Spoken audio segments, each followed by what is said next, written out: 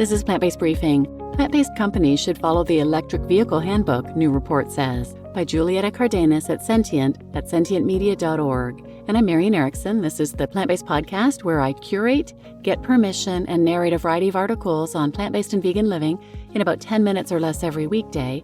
And I'm thrilled to have permission from Sentient to share their content. So now let's get to today's Plant-Based Briefing. Plant-based companies should follow the Electric Vehicle Handbook, new report says, by Julieta Cardenas at sentientmedia.org. Meat alternative makers could learn a thing or two from Tesla and others in the field. While there's no literal handbook for the electric vehicle industry, an industry that went from niche to representing 18% of new car sales in 2023, if we were to trace the history of how electric and hybrid vehicles went from idea to consumer reality, there are some important lessons. A new report from Boston Consulting Group linked here, alongside the Good Food Institute and Synthesis Capital, maps key takeaways from the early days of the electric vehicle industry. The researchers make the case for drawing from that industry's successes to help plant-based and other alternative protein companies find staying power.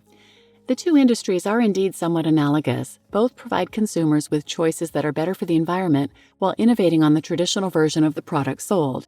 Not only did electric vehicles present consumers with a gas-free option, but many models gave consumers additional perks too, technology updates designed to make driving easier or in some cases a quieter ride. For alternative proteins, whether a plant-based patty from Beyond Meat or a cultured chicken nugget from Upside Foods, the climate benefits are huge.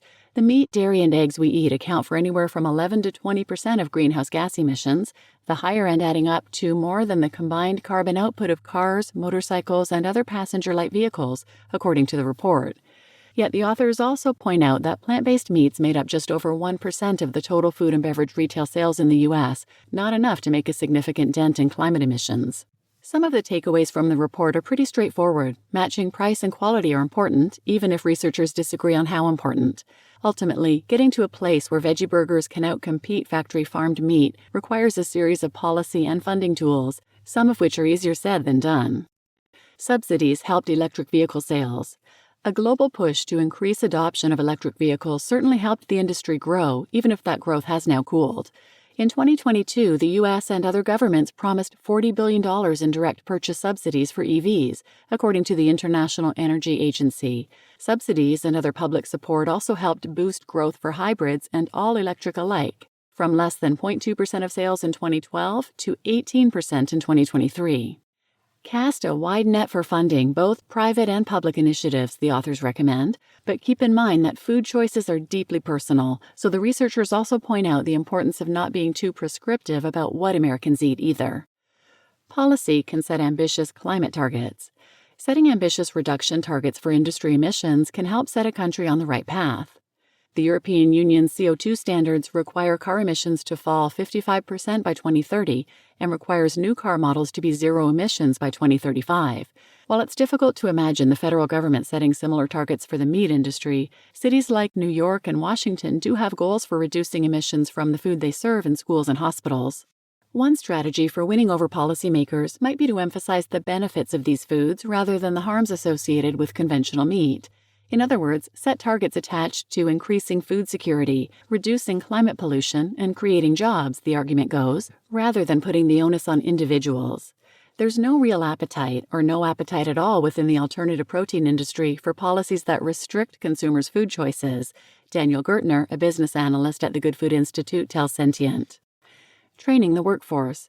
Job creation and economic growth are far more appealing than dictates restricting consumer choice, the report suggests. Protein Industries Canada, an industry-led nonprofit, has said that it will generate $15 billion to Canada's GDP by 2030 and create 10,800 jobs through its co-investments, for instance. To build a skilled workforce as the electric vehicle industry grew, China enacted a vocational education program for training workers. China is now looking to advance alternative proteins with an emphasis on biotech-driven progress, one goal among many in their most recent 5-year plan linked here, and its government may soon roll out similar training programs for alternative proteins. Several U.S. universities have academic programs that support training for alternative proteins, like the Tufts Center for Cellular Agriculture. The Good Food Institute's Alt Protein Project also supports student groups around the world organizing to study product gaps, like designing new growth factors for cultivated meat. Making research more collaborative. In the electric vehicle research space, a strategy of open innovation has been critical. This type of information sharing is very different from the traditional model of corporate innovation, where companies only share research within their own organizations. One prominent example of open innovation, in 2014, Tesla committed publicly to allowing competitors to use their technology, declining to file any patent lawsuits as long as these competitors acted in good faith. There have been other open innovation efforts as well, such as the Hyundai-led EV Open Innovation Challenge, to help startup electric vehicle makers reach the pilot stage. The alternative protein industry, on the other hand, has operated in almost the complete opposite way. Much of the work has happened behind closed doors, depending on private investment and proprietary advancements for growth. But it doesn't have to remain this way. There are trade groups and associations looking to support cooperation and transparency. Governments themselves can play a much larger role by funding open access research that helps alternative protein products. They can continue to diversify beyond one-off grants to multi-year, multi-stakeholder programs, says Gertner. Academic consortia like the Tufts Cellular Agriculture Consortium, as well as research hubs and contract manufacturing pilot plants, could all help the field work together more collaboratively. Alternative proteins do differ from electric vehicles in some advantageous ways. The Good Food Institute estimates that governments around the world will need to invest $10.1 billion in alternative proteins to achieve 50% market penetration by 2050. That's a high number, but it's not as much as electric vehicles have needed to grow. It's actually not clear that alternative proteins need to match the funding levels of electric vehicles to fully realize their benefits, Gertner says. That's a potential benefit for funding alternative protein growth. Another key difference is how often Americans think about buying meat as compared to an automobile.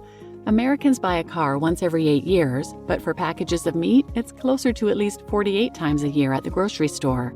For boosters of meat alternatives, that means a whole lot of opportunities to persuade consumers to choose something different. You just listened to Plant-Based Companies Should Follow the Electric Vehicle Handbook, New Report Says, by Julieta Cardenas at sentientmedia.org. And I'm Marian Erickson, your host. And I've done a number of other episodes about alt proteins, which include cultivated meat, plant-based meats, and fermentation. I'll link some of those in the show notes as well. So please share this episode with anyone who might benefit, and thanks for listening.